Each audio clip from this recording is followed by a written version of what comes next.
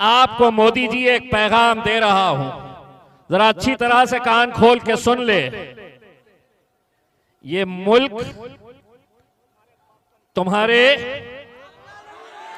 नरेंद्र मोदी साहब, कोचा धामन की आवाम की तरफ से, मेरी इन माओं बहनों और बुजुर्गों की तरफ से आपको मोदी जी एक पैगाम दे रहा हूं, जरा अच्छी तरह से कान खोल के सुन ले।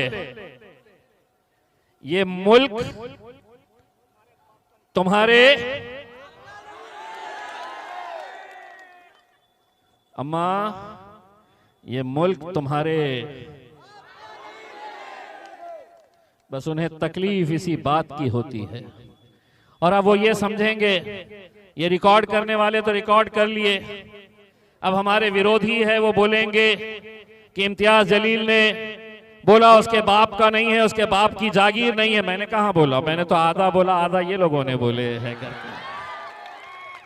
आधे आधे के अंदर न मेरे ऊपर कुछ होता ना तुम्हारे ऊपर कुछ होता है। हमको भी समझ में आ गया है कि कहां पर कितना बोलना है, कैसा बोलना है करके, सब समझ में आ गया है करके। मेरे भाई, न जाने इस जमीन से मुझे जाती तौर के ऊपर क्यों इतनी मोहब्बत है।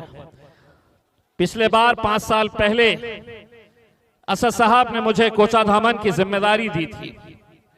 इस बार मुझे वो कहीं और भेजना चाह रहे थे। मैंने खुद ने असद साहब से ये कहा था कि असद भाई, कोचा धामन की इस जमीन से, इस सरजमीन से मुझे मोहब्बत है और मैं दीवानों की तरह इनसे मोहब्बत करता हूं। इसीलिए आप कोचा धामन की जिम्मेदारी मुझ पर दीजिए। हमारे सीनियर कायद सलीम बेग साहब, मंजूर खान साहब और बहुत बड़े टीम अलग अलग जगहों के ऊपर काम कर रही है।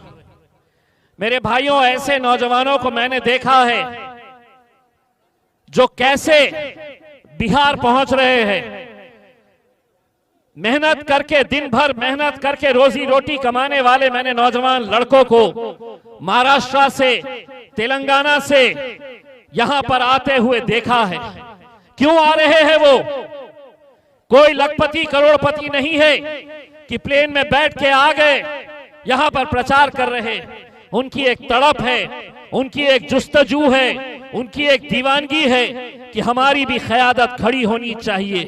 तमाम के तमाम, पूरे के पूरे एक साथ मिलकर आज मजलिस के पीछे पड़े हुए हैं। मजलिस ने नहीं जीतना चाहिए, इम्तियाज जलील ने औरंगाबाद से नहीं जीतना चाहिए। शिवसेना, भारतीय जनता पार्टी, राष्ट्रवादी कांग्रेस, महाराष्ट्र में हुकूमत इनकी, तीनों के तीनों पार्टियां एक साथ मिलकर आए, करोड़ों रुपया पानी की तरह बहाया, सिर्फ इस इरादे से कि इम्तियाज जलील अगर हार गया तो महाराष्ट्र के अंदर मजलिस को बहुत बड़ा झटका लगेगा।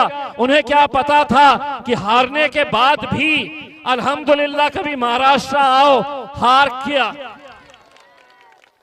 महाराष्ट्र आओ तो तुम्हें समझेगा आएगा कि हम हारने के बाद भी अल्हम्दुलिल्लाह हमारा जलवा कैसा है।